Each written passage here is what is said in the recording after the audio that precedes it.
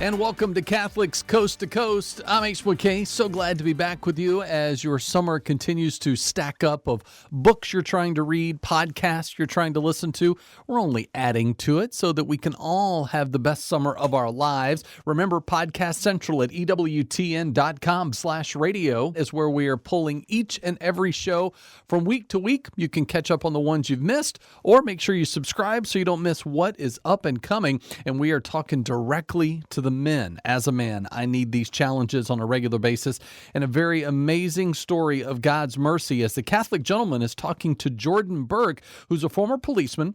He is seeking justice from a fall, and he literally dealt with resentment and anger, which led to addictions, the loss of his daughter, and then on to finding out how God's physical healing and spiritual healing can take place. So we jump into the Catholic gentleman on this week's Catholics Coast to Coast.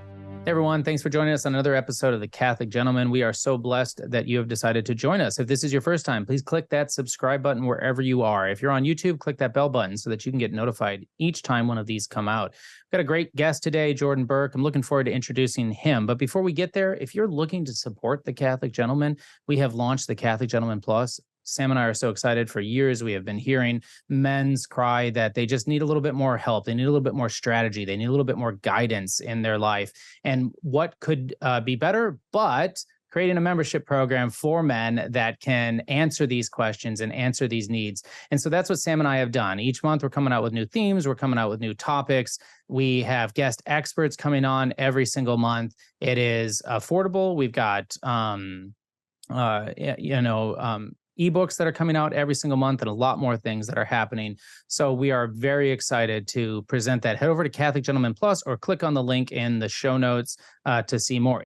So as I mentioned, I'm excited to introduce our guest today, Jordan Burke. So after a little over a half a decade of protecting and serving his community as a police officer, Jordan Burke traded in his badge and his gun for a Bible and a rosary.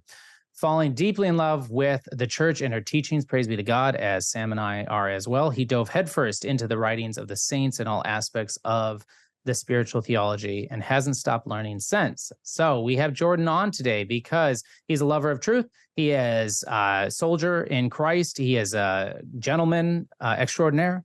And he runs a group with a motto, do the harder thing. And that's how I came across him on his website. I do know his father. Actually, I've met his father, but I didn't connect the dots until a little bit after following you on Instagram, as humorous as that is. So he also has spends time farming. And he has a beautiful baby girl and lives with them. Where you guys live in? What state? So the retreat center is in Montgomery, Alabama. Awesome. Montgomery, Alabama. So anyways, Jordan, so grateful for you joining us today. You've got quite a story and something that I know all our listeners, myself included, want to hear. So I'd love to hear, back from the beginning when you weren't Catholic, right? And you were just searching. Yeah. Well, I really appreciate you having me on. And it's funny you mentioned this because we have a priest visiting with us, and he just wanted to hear my story. And I thought, man, I haven't told my story in so long. I'm forgetting so many pieces. So he got the dry run. So hopefully this one is a little bit more, cohesive. But I come from a really rough childhood, as I think a lot of people do in some way, some form or fashion, in our modern time, unfortunately. But my mother was a severe alcoholic and was very abusive, to the point where there's a significant portion of my childhood that is repressed memories. And I've worked with varying counselors and therapists and professionals in that area. And but that's kind of a response to the trauma, right? So interestingly, even through that, I had an idea of God, probably because my dad, excuse me, we were kind of bouncing around. He wasn't Catholic at the time. He hadn't converted yet. And so we had gone to the Anglican church. He was in Anglican seminary for a period of time after they had split. Everywhere. We were all over the place. Of course, Protestant churches. I remember one of the few memories I have was the typical Protestant church in a school gym, right? Yeah. I just wanted to play on the rock wall in the back. I had no interest in anything that was going on at the time. So I had an idea of God, but I didn't have a relationship with God by any means. And so, things got in my childhood pretty bad. My parents had gotten divorced. He moved not too far away. I'd ride my bike on the side of the highway, try to go see him. Just because I had that yearning to be with my father, because good fathers are so necessary, as I'm sure all of us here know, and everyone listening knows. And it got to the point where I got in trouble with the law. I like to say I was interviewed by a detective. My dad likes to say I was arrested. I don't really remember the exact details, but it's one of those two, a combination of those two. And it was harmless. It was a stupid choice, wrong place, wrong time sort of situation. But it was eye-opening, and it caused a spiral event to where I had a fight with my mom, and I remember being in the basement of my house, and I just prayed to God, I don't want to be here anymore. I don't want to be here anymore. The suffering, the scrounging for change to go buy candy from the store, because that's the thing that I could afford to eat. This, having meals donated by local churches, Christmas presents donated by local churches. And I'm not degrading or downing any of that. Thank God that those things exist. I wouldn't have had any food. But the overall situation and the struggle and the pain and the abuse and all these other things, I just prayed, Lord, I'm not going to do it. I'm not going to kill myself. But if you want to take me, that'd be great. So that was what was on my heart. And it resulted in me calling my dad. And he had converted by this time. He had remarried by this time. The annulment process was super easy because he wasn't married in the church, all those sorts of things. And they drove a couple hours to come pick me up. And that kind of put me on this pathway, right? So my dad converts. Now I'm out of this bad situation, but I'm carrying all of this baggage with me. I'm carrying these wounds that have not healed. I'm carrying all these different issues that I've had. I mean, I tell people, I have no doubt, and we'll probably get into this, I have no doubt that I was oppressed, very heavily oppressed spiritually. And so I was very full of rage and anger, and these wounds were just festering. And in the midst of that, I convert. So I'm watching what my dad is doing, and I've always been very intellectually driven. And so I'm reading, okay, well, this is what the Episcopalians say. This is what, the Anglicans say. This is what, who cares, name it, right? But then I stumble across apostolic succession, and I thought, this makes perfect sense. So I thought, this is brilliant. I mean, you're telling me that I can go to a priest, and in the midst of they can trace back to one of the disciples. It's like, that's amazing. So it was a very intellectual conversion, but it was a conversion, and praise God for it, because that planted the seeds for what grew later on. So fast forward quite a bit of time, and all through these wounds and different things like that, I become a police officer. I was going to go into the military. That didn't work out. Become a police officer. And I spend my formative years on the streets of Birmingham, right? And at the time, I don't know if it still is, but at the time it was ranked one of the top 10 most dangerous cities in the nation. I was shot at multiple times, fights and things like that. I was a member of the quick response team. So if there was an active shooter call or anything like that, I was a part of that team that would go in and respond. If I could, what inspired you to go into become a police officer? I missed that. Here's what's funny about that. I don't even remember applying. I legitimately don't. I've always had a sense of justice, right?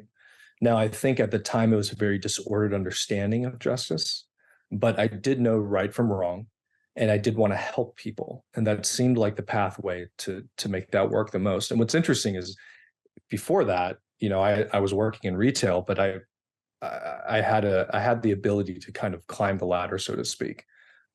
Just a hard worker, helping make things more functional, and manager saw that and said, awesome, I want to make you a manager of this store. Like, okay, great. So I could have probably followed that path, but I was yearning for something more. So when the letter came, like I said, I don't remember applying, but I guess I did. But when the letter came to say, hey, come try out, you need to do the physical assessment and all that. I went through it, and I was like, okay, well, this is the path. We're going to do this. And what's fascinating is, even though I had this intellectual understanding of the faith, and I had not owned it, I was not living it. I was going to mass, but I just wasn't living it. It was very Culturally Catholic, I think, would be giving myself too much credit in this, if that kind of describes it. Mm-hmm. I just wasn't mentally there. But I remember praying Hail Marys in formation, because they act like drill sergeants. You line them up, and the jail. And what's really funny is the police academy. I don't know if it's still there, but the jail is right behind it. So we'd go for formation in the morning, and you'd have people in the jail screaming at you from the windows.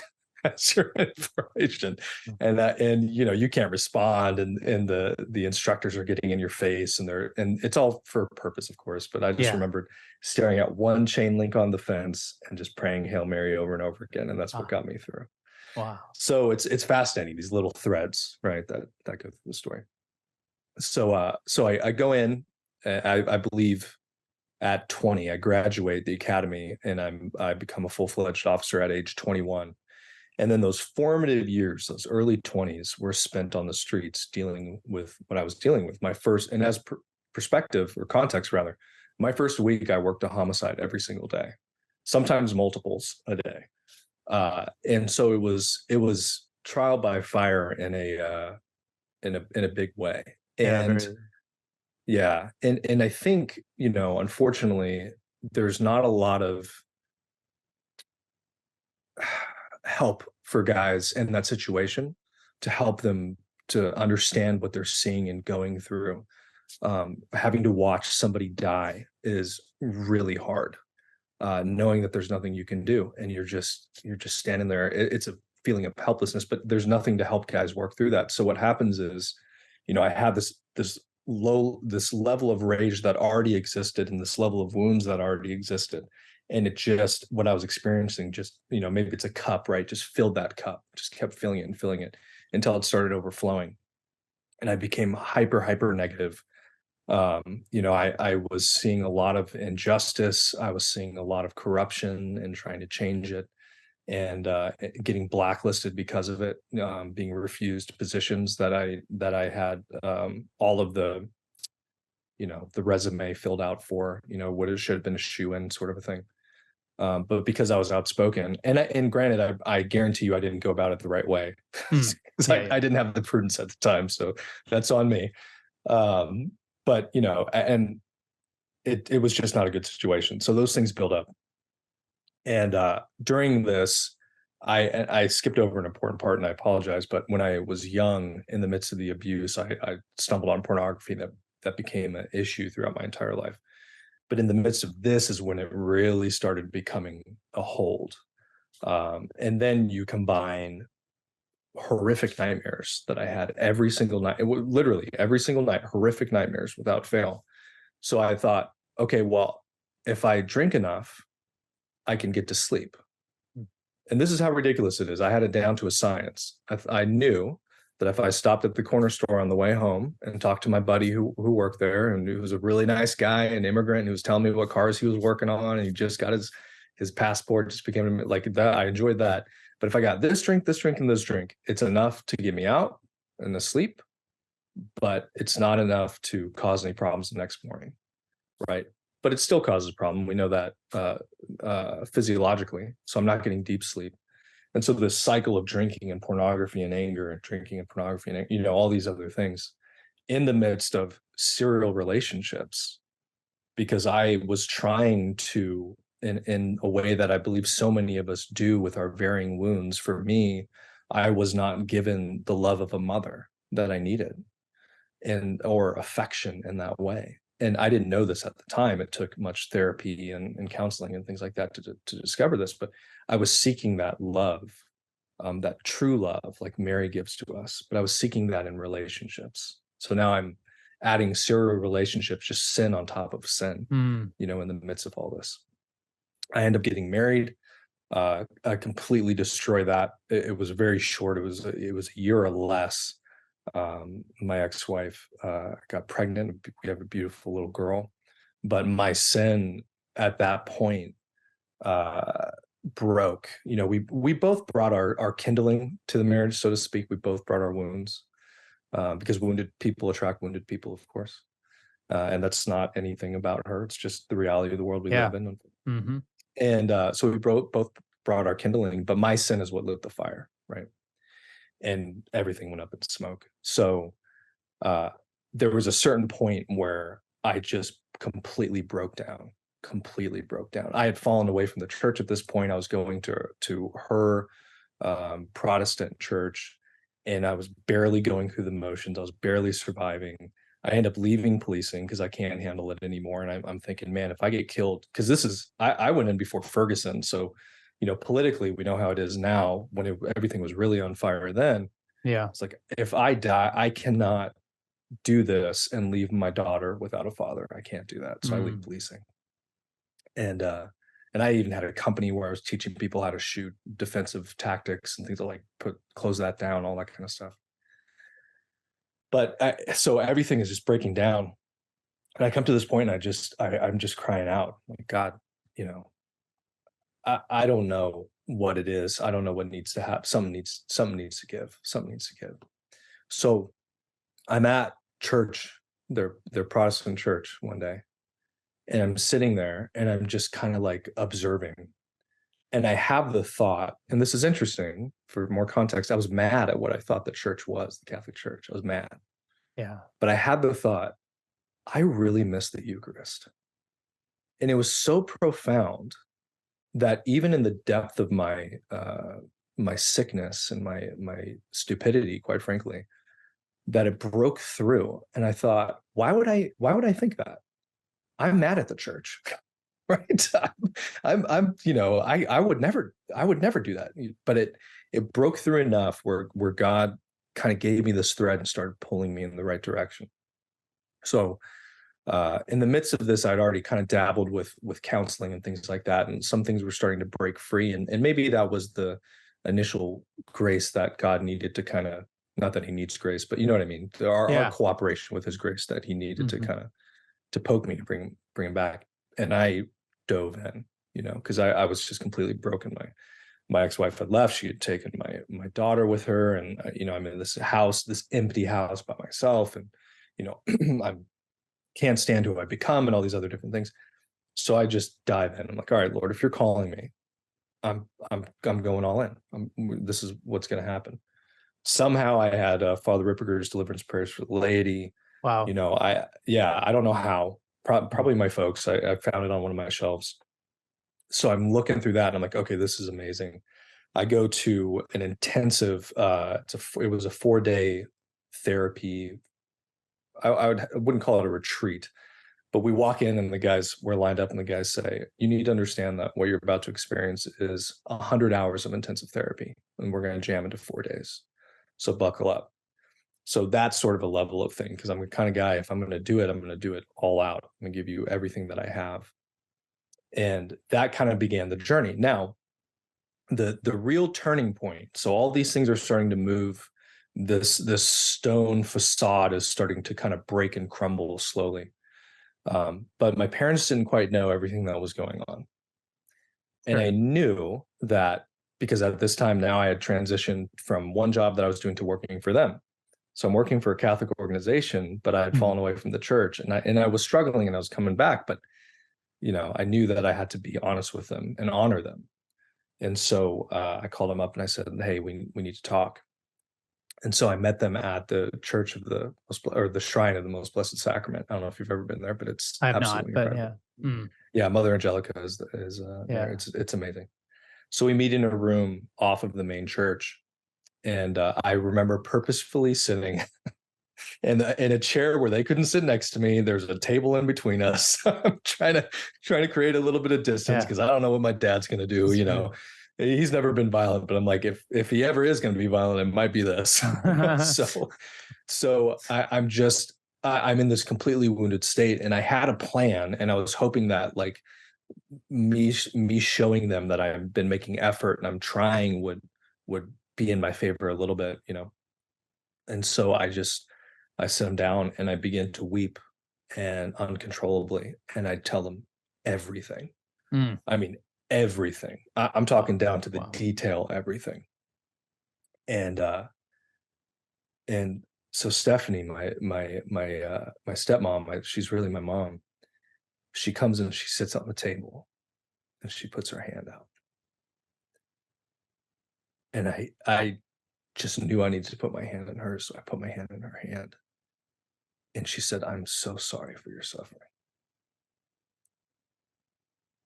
And in that moment, I experienced the love that I'd been searching Mm. for so long, you know, and in a moment that I certainly didn't deserve it, you know, Yeah. like, this is the stuff I was doing in your house. This is what I've done. This is, one of the reasons why you can't see your granddaughter right now is because of my own sin and, these different things. And it was just, and it wasn't, there was no excusing anything that I did, but it was also a recognizing that, yeah, you went to the pigs, you're eating from the trough, and that sucks. And I love you, and I don't want you to experience that.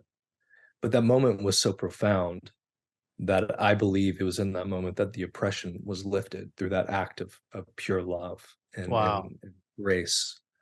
And I say that because as I'm driving away from the shrine, I remember looking up at the sky and thinking, I have never seen the clouds so clearly. I've like they're crisp. I've never seen the sky so blue. And then I'm thinking, I've never been able to really hear my thoughts like this. Like everything is so clear.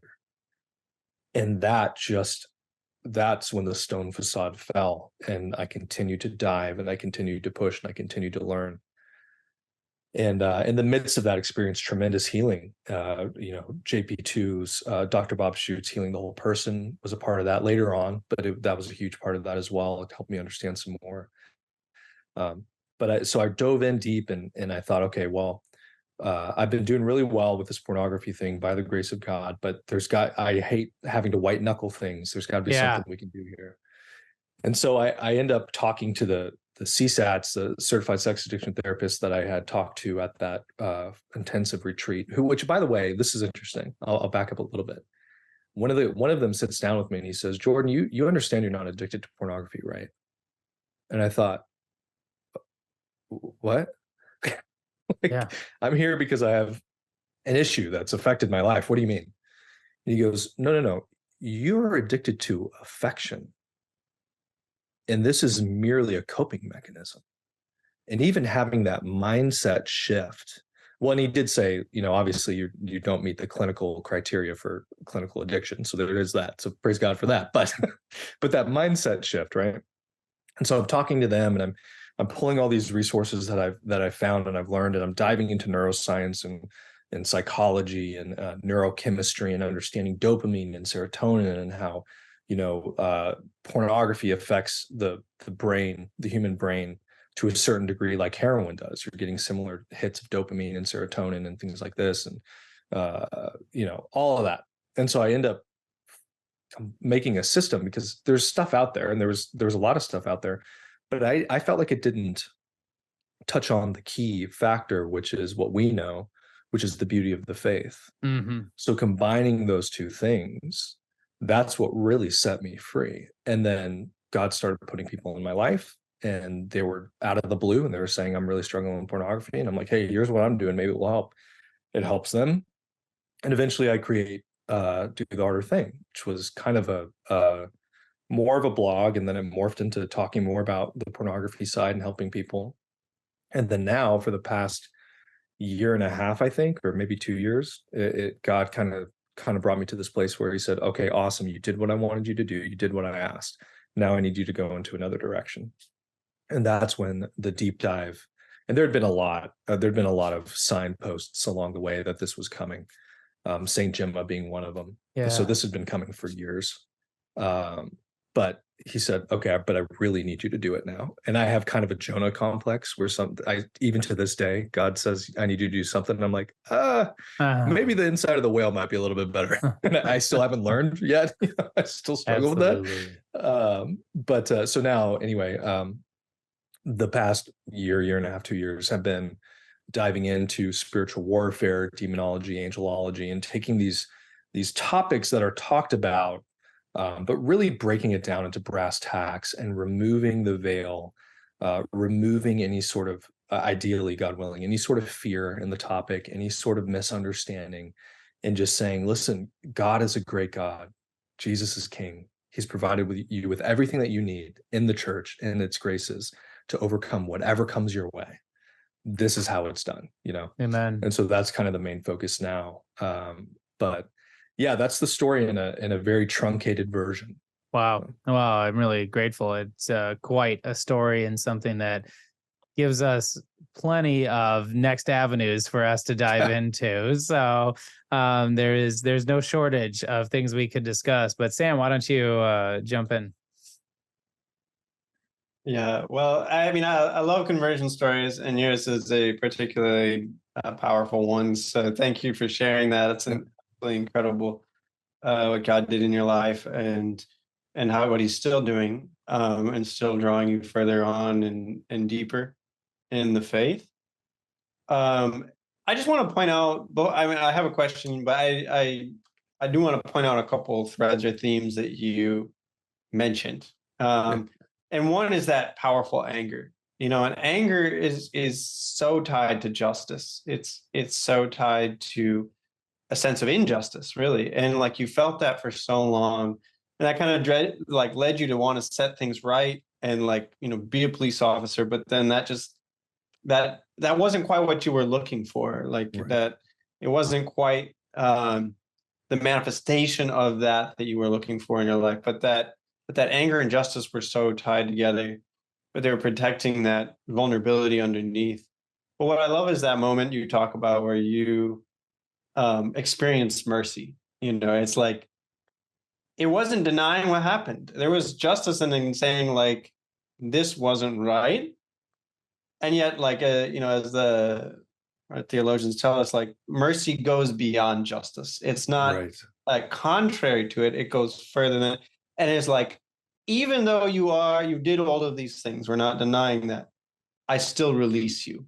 And it's that powerful experience of mercy, that it's kind of captured in the story of the prodigal son, where he has no expectations of being welcomed back into the family or anything like that. It's just I'm here, punish me if you need to. I'm just trying to survive here.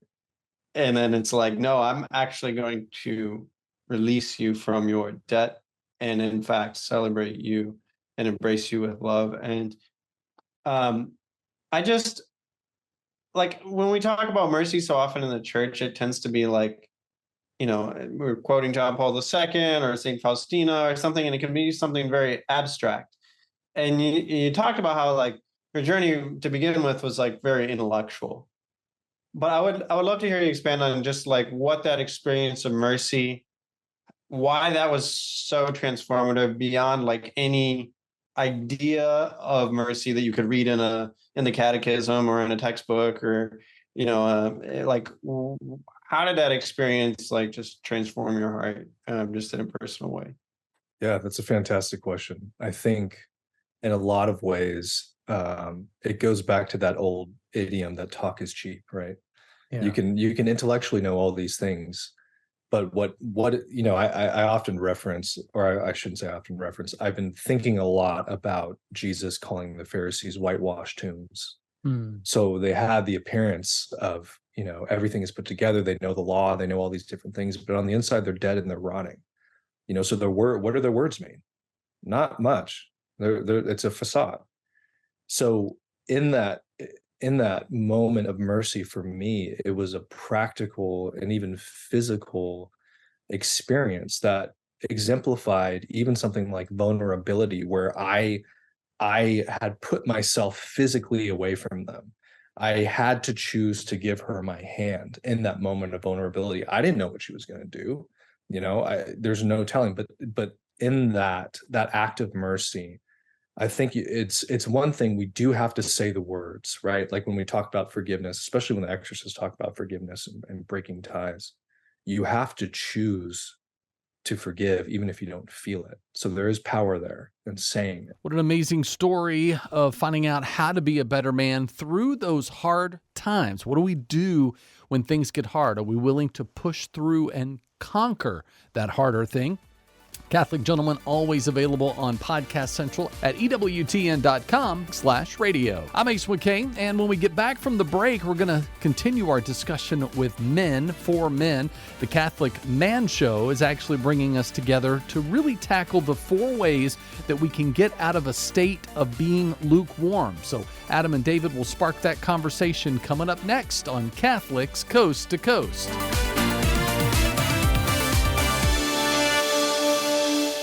If it's central to the faith, you can find it on EWTN Podcast Central, featuring the best of EWTN Radio, as well as faith-filled podcasts from our friends and affiliates across the nation, all in one place, all free.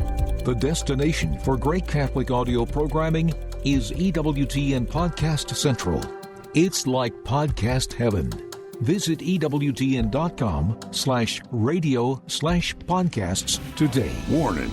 The Catholic Man Show contains high levels of manliness. It's simple, really. You either want to grow in virtue and holiness, or you want to be a sissy, whiny baby. If you choose to move forward, grab your whiskey glass, because the Catholic Man Show is starting right now.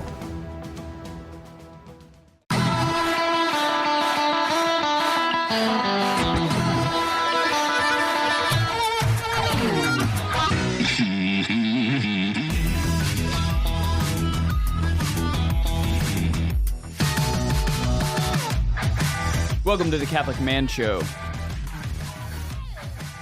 We are on the Lord's team, the winning side, so raise your glass. Adam Minahan here sitting with David Niles. Jim is in the studio. Jim, it's good to have you. Hey, Jim. Jim has been doing walking exercises, getting prepared for our pilgrimage that's coming up. Jim, So- you're looking good. Doing great. That one time you went walking so far, it's really... He's doing great. It looks fruitful. We're going to the Holy Land in April next year. Yeah. We're going with Father Patrick Briscoe, Dominican priest and editor of Our Sunday Visitor, and a whole host. He's known for Godsplaining podcast and a whole host of other things. Really pumped to have him on. He's so much fun. I got a chance to hang out with him the last couple of years at the Catholic Media Association conference, and just being able to have like a good drink with him and enjoy like leisurely time with him, but yet he knows so much. Like he's a Dominican. He's so well educated that it's kind of the thing. It's so much fun just to hang out with him. So I'm super excited to go to the Holy Land with him. He's also just really cool. Yeah, just a really cool guy. And then get to go with our wives, with Jim and Kathy. And Jeff Gallant and his wife is coming. It's gonna be great. I love Jeff. He's a great guy. Maybe the nicest guy on the planet. Possibly, yes. And He's certainly in the running. Yes, absolutely. And he's been a part of our reading group this last go around for Leisure: The Basis of Culture with Joseph Pieper. We're actually starting our new book club. It's actually currently going right now. The reading part of it. We're going to talk about Euthyphro. Nice. In August. Oh, I should have pulled up that date. But I think it's the second Tuesday of August. I think it's August 8th. Yes, August 8th. We're going to get together and talk about Euthyphro. If you've never read Plato before, Euthyphro is a great introduction. It's short. It's pretty straightforward as far as the reading. You're not having to track a whole lot. It's pretty self-explanatory as far as the story's concerned. And then obviously, if you get into the anagogical and the not just the literal, I guess. Yeah. It unfolds and unpacks quite a bit of The Socratic dialogues. I thought, well, it's not a secret. That's not one of them. But yeah, it's a dialogue. Oh, that is a dialogue. Yeah. Yeah. I was getting confused with something else. But I really thought they were excellent when we read through them. Just a pleasure to read. Last year, there was a lot there, like for you to talk about and really think about. They really made me think a lot about what is it? What's my opinion on piety? What do I owe the polis? What do I owe my country? Exactly, on piety. And we had a lot of great discussions. Yes. Shout out to Deacon Garlic because he's the one that kind of hosted that. Yeah. But It's also really funny to do it with Juan, who In the end, Game's like, nope, Socrates is wrong. Hey, you gotta have, you just gotta have one. But to his credit, he stuck to his guns. And Yes, nope, I know what I believe. I know what I'm about. Socrates was a fool. Oh man, hey, so tonight I'm really excited. We're gonna have a whiskey, a first ever type of whiskey, Oh yeah, first ever Penderyn single malt Welsh whiskey. product of Wales, just like me. You want to read the? I'm pretty sure. I don't know for a fact, but I'm pretty sure I'm Welsh. So as you're reading this, I will pour the glasses for all three of us, and then also I'd like you to give him a toast. Okay. Because Okay, so this says to the Catholic Man Show from a loyal listener on the Shropshire. Shropshire/Welsh border in the UK. Keep up the hard and excellent work and enjoy some Nice. nice Welsh whiskey. Blessings, Richard Cattell. Thank you, Richard. So Richard sent this all the way from the UK to us, to the Catholic Man Show, which I appreciate. You want me to read the taste notes before you give you a second to Is it to is gather there your rye thoughts? Is there any rye in here? No, it's dark. The nose is dark chocolate fudge with cinnamon and pepper spices, Yeah. followed by a lush fruit of green apples, mango, banana, and guavas. The nose is spicy. Okay. The palate says it's rich and complex, a creamy texture with notes of vanilla, oak, cinnamon, and a hint of nutty toffee. And it finishes creamy vanilla flavor, which is in no rush to ebb away. Nice. Richard, we raise our glass to you in honor of your generosity. May our Lord be 100,000 million times as generous with you at your judgment. To Richard. To Richard, cheers. And if you need more, then I hope he's more than that. If you need it. Ah, yes. Wow, it doesn't taste like what I thought it would. But did you get, the nose is spicy, isn't it? Ooh, I like that. That is just wonderful. It is real nutty. I think that I get definitely a lot of... You do get the hints of the fruits in there, though, on the nose. That is really nice. That is. Thank you, Richard. Thank you, Richard. Penderyn single malt Welsh whiskey. I believe it's like 46%. Is it 40? Yeah, 46% ABV. So 92 proof. The bottle is really cool, too. And it has wing tips in the bottom. We are kind of a sucker for a cool bottle on the show. We are. I'm okay with admitting it. Yeah, I am, too. It also doesn't seem like something that I would typically fall for. Me either. But I do. Yeah, me too. Hey, so I want to tell you the story. I feel like that even though we've been recording episodes, just I guess because you and I haven't, it just hasn't been you and I. We've had a lot of guests. Yeah. We don't get as much story time in. Right. So with a guest, we have a prayer board at the Minahan House. I think we've talked about this many times on the show, but for those who are new, you always say grace before meals. One of the things that we do to kind of bookend the meal is we have a dry erase board in our kitchen. And it's gridded out between each person, and there's a petition, like something that you want to pray for, and the saint that you also want to pray, ask for their prayers as well of that intention, right? Yeah. And so at the end of dinner, Dad wants to pray for work through, Saint Joseph, and Mom wants to pray for, homeschooling through Elizabeth Ann Seton. And so we all go through, and give a petition through a saint, right? So Anna the other day, she goes, I'd like to pray for Dad through St. Thomas Aquinas. And I was like, oh, that's great. And then I realized, you know what? I mean, why have Aquinas when you could have the Aquinas? I get it. And I'm with her, personally. So she prayed for me through St. Thomas Aquinas. You may be Quine, but I'm the Quinest. All right? I'm way quiner than you. I just thought that was really, really great.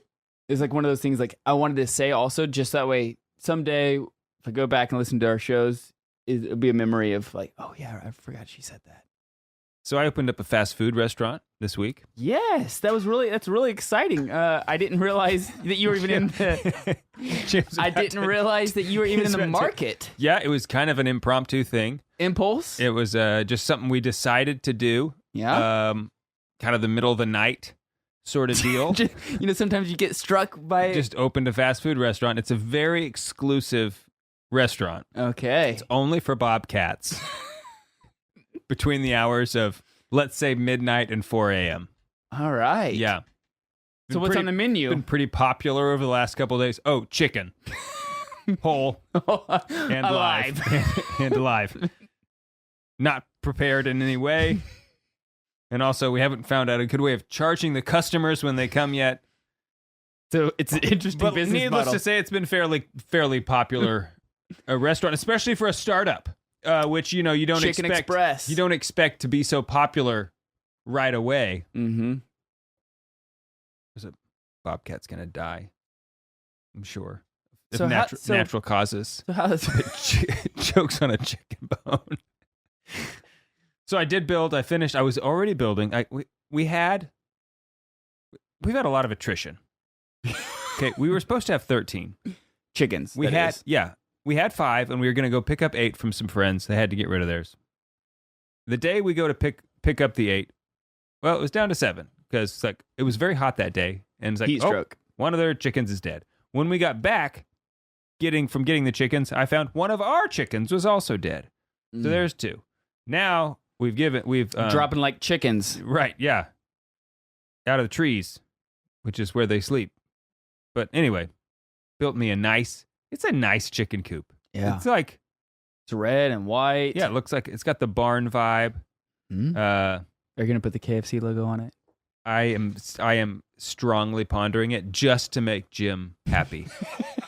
Because he sent me that picture. It's not a meme, but just it would be pretty funny. Mm-hmm. Mm-hmm.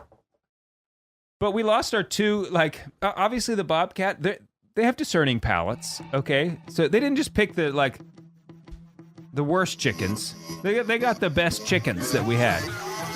I told the girls, you know what? Everything that we own belongs to God. God had need of those chickens today. So we rejoice that his will has been accomplished. Praise God. But I'm going to build a coop. So he changes his mind in the future.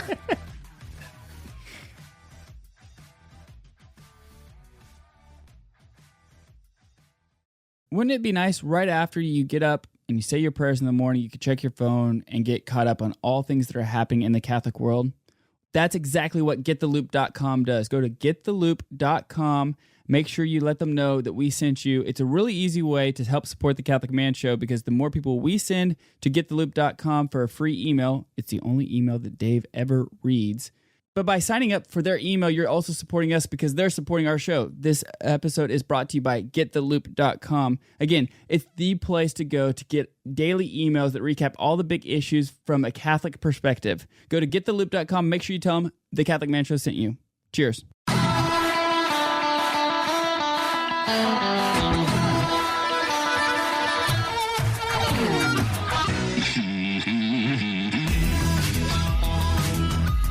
Welcome back to the Catholic Man Show. I'm David Niles, here with Adam Minahan. We have no special guests today. No, but we've had some really great ones. Father Bonaventure Chapman had 2 episodes with He him. was so great. Dr. Timothy O'Malley. You know what? And I appreciated our episode. We did an episode on which is out now. Yes. A defense of modern art. Mm-hmm.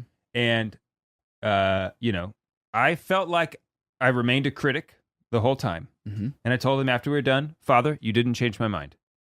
But I appreciate that for the first time ever, I now know there is, because, you just look at some of this modern art, and to me, I just think it's stupid. Right. And now, to be fair, I've never given it a chance because I think it's stupid. Right. But typically don't give a lot of things that I think is stupid a chance. Right. Because they look stupid. But he did say there is stupid art. He didn't shy away from that. Right. But anyway, I just felt I really appreciate it. He stood like a man against some hard criticism, and we had I thought we had a good conversation about it all. And I agree. And he did, in fact, make a defense, one that I didn't necessarily find compelling, but hopefully someone from the Washington, D.C. area will fly us out, maybe speak at a men's conference. Maybe you just want to fly us out to have whiskey with you. That's cool, too. A parish event. Whatever. Yeah. And then we're going to go look at some art. Yeah, that'd be cool. Well, and I got to give a shout out to our patrons for all of this, right? Because the reason why we're able to have a lot of our guests, on our show is because we have support, right? Yeah. So for those who are just now listening, relatively new listeners, all the Patreon money that Dave and I get, we do not pocket any of it. It goes right back into our show, so that way we can have good guests. We have good equipment, to be able to live stream, the cameras, everything that we're using.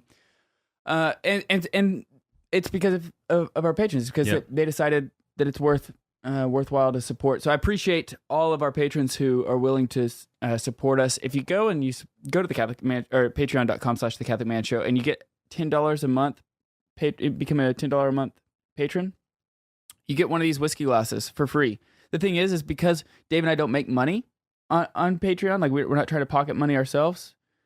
We lose money the first month for $10 patrons because we send you a Catholic Man Show Glencairn glass, and it's because it's a really cool thank you gift. Yeah, it's laser etched with lasers. With lasers. And it's a really cool thank you gift, and dishwasher safe. Dishwasher safe. And so you're able to have a nice whiskey glass and support the show. So we appreciate all of our patrons for doing so. Absolutely. And they're going to get a chance to be, we have over 60 different audiobooks or interviews available on our Patreon. We have, cool thank you gifts, our book club that we do. There's Camp Out. The Camp Out. Oh, let's talk about that real quick. That's something else I had on the target or on our notes is the last weekend or the last week of September is our Camp Out. Correct. September 28th, 29th, 30th, and then October 1st, Thursday through Sunday. It is at Clear Creek Abbey. We open it up to our patrons first. They get the first right of refusal to come, and it's free for them. And we pay for their food. We pay for drinks. It's basically a free weekend for you. Although you will go to the Clear Creek bookstore and end up spending money there. That's just inevitable because it's one of the best bookstores. But they just have cool stuff. Yeah. And cheese. Yeah. So anyway, if you're flying from out of town, we will provide camping gear for you if you reach out to us. We're going to open up the registry, I guess, at the end of August. So it's 1 month in advance.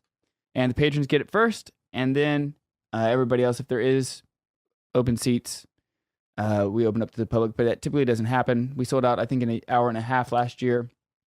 So anyway... You can go to the CatholicManShow.com. One of the tabs is the camp out. You can look at that and you can see kind of all of the things that we have. We already have our Tomas from Ultimo Cigars coming out to do a cigar rolling class. Yeah.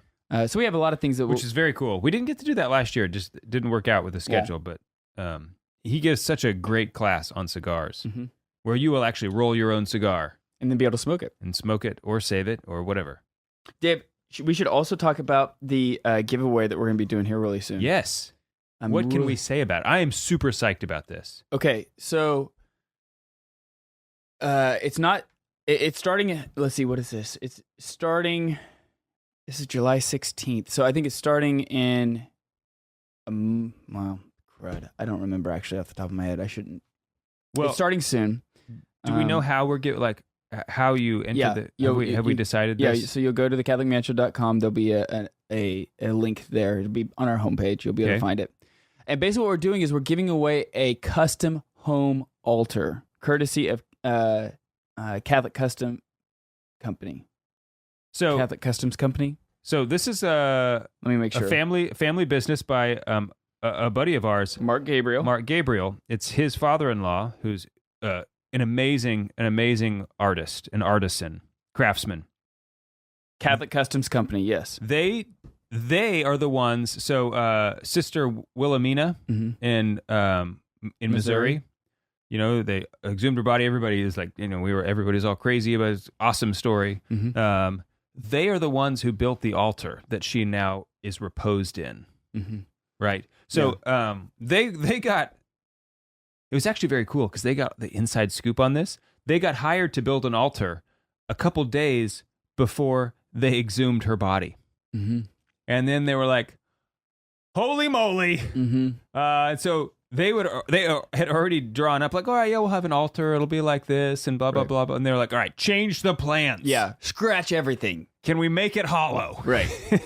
So they're going to donate a custom home altar. Yeah. It's $1,700. Yeah, no. And they're providing free shipping. They're going to ship everything. Everything. You will pay nothing, and you will customize it. Yes. The way you want it, because that's what their thing is. That it's they don't have anything sitting around. It's like you tell them what you want it to be. Yep. If you want Gothic arch or different colors, like whatever it is. Yeah, with different stains, different sizes. The one we're giving away is a specific size. Yep. It's like kind of a smaller one because some of their altars are huge. Right. It's a home altar. So and this needs to fit in your house. Right. So I don't have the dimensions off the top of my head, but it's gorgeous. Do you have their website so people can at least check? You can go. You can on Facebook. You can go to just Google Catholic Customs Company. Yeah. So anyway, the best way to find out about this and keep up to date is if you go to thecatholicmanshow.com, the first little box that is on our website where it says to subscribe to our newsletter. That's the best spot to go because we're going to be releasing it and making it known via our newsletter very, very soon. So go check that out. Yeah. Okay. So today I wanted to talk about lukewarmness. I recently wrote an article for Exodus 90 that's still to this day, as of this recording, on their app. I did read that. It was an excellent article. Thank you. It's on their app. You can go check that out. You quoted scripture and everything. I did. It was amazing. It's like, yeah, what does he have? Like an assistant or something? But yeah, I think the only place you can find it right now is on their app. So if you download their app, you can look that up. Which you should have. You should have the Exodus 90 app. Sure. The new Exodus 90 program, I am loving it.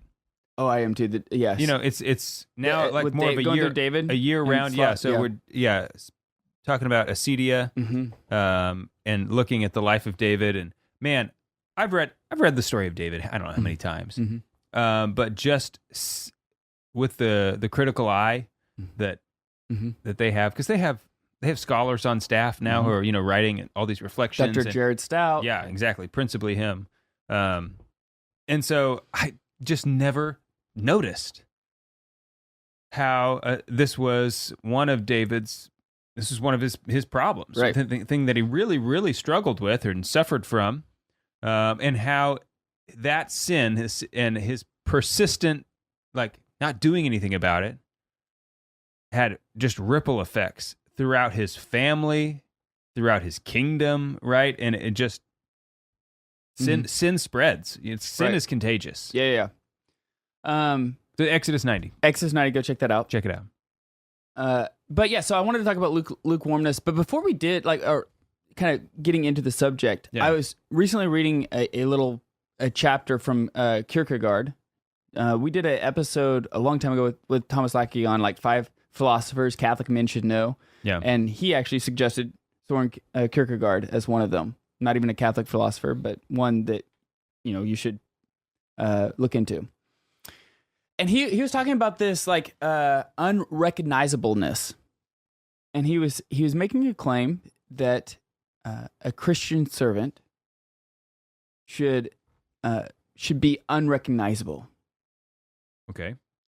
And what he was saying is how he made the claim, here's God, the infinite, coming down as man, finite. All right. Did you make a list? A good retreat, a spiritual director, a cross, and a prayer. That's how we help to break out of being lukewarm, thanks to our friends at the Catholic Man Show. If you want to listen to the entire show or you want to hear previous or future ones, make sure you check us out. Podcast Central at EWTNradio.com/radio. Just click on podcast. Keep you in the know. You add it to your summer listening party and then share it with your friends and family so they also deepen their walk with God.